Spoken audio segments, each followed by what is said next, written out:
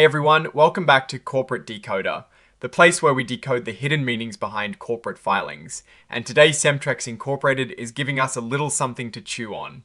This filing, an amendment to their annual report, it is not just a simple correction, it is actually revealing a new policy that could have some interesting consequences.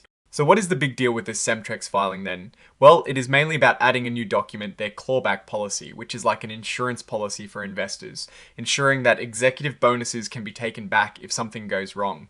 Let's dive in and see what that means for the company. First off, this is an amendment. Think of it like correcting a mistake or adding important information to a previous report. CEMTREX Incorporated is filing this to include a copy of their clawback policy.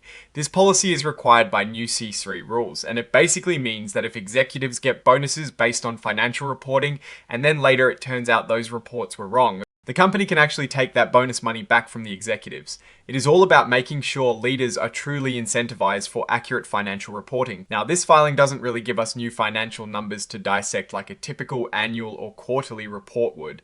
Instead, it is more about adding a crucial piece of governance. It is like getting an important update on the company's internal rules. They are making sure all the right paperwork is in place and they are up to snuff with new regulations coming from the SEC. The main event here is the addition of Exhibit 97.1, which is the company's clawback policy itself. This is a really important document for corporate governance. It is designed to protect shareholders by making sure that executive compensation is tied to solid performance and accurate financial reporting.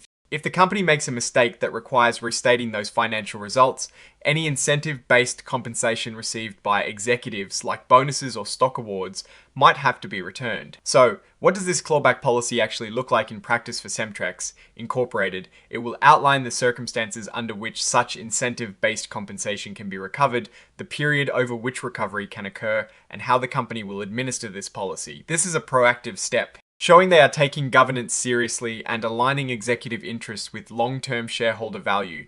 It's not just about a company making money, it's about how they make it and what happens if that process is later found to be flawed. Interestingly, this amendment also involves new certifications from the CEO and CFO.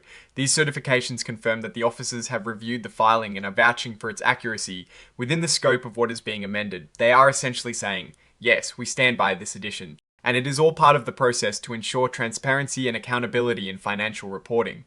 The fact that they are filing this amendment also shows they are on top of regulatory requirements. Looking at the leadership signing off on this, we see Sagar Govil, who holds multiple key positions including chairman of the board, CEO president, and secretary. This concentration of roles can sometimes mean a lot of control in one person's hands, which can be efficient but also carries its own set of risks if not balanced with strong oversight. And Paul J. Wyckoff, the CFO, signing on as well. It is good to see the principal financial officer providing their assurance. This dual sign-off from the top executive and the principal financial officer is a standard requirement and reinforces the message that the company is taking these filings seriously. We also see signatures from directors like Brian Kwan, Manpreet Singh, and Metadai Filipov. Their signatures indicate that the board of directors is aware of and approves of this filing. This is a crucial part of corporate governance, showing that the entire leadership team is involved and responsible for the company's compliance. So, what is my take on this CEMTREX filing? Incorporated. Well, CEMTREX Incorporated is taking a positive step by adopting a clawback policy. This demonstrates a commitment to good corporate governance and shareholder protection, which is always a good sign. It shows they are paying attention to the evolving regulatory landscape and are proactively implementing policies to ensure accountability. However, with no new financial data in this particular amendment, it is hard to assess the company's current operational performance. We have to rely on past reports for that. The real impact of this clawback policy will be seen in how it influences executive decision making and how it is applied if and when a situation arises that triggers its use. It's a safeguard, but not a guarantee of future success. The company's direction seems to be focused on compliance and governance, which is solid groundwork.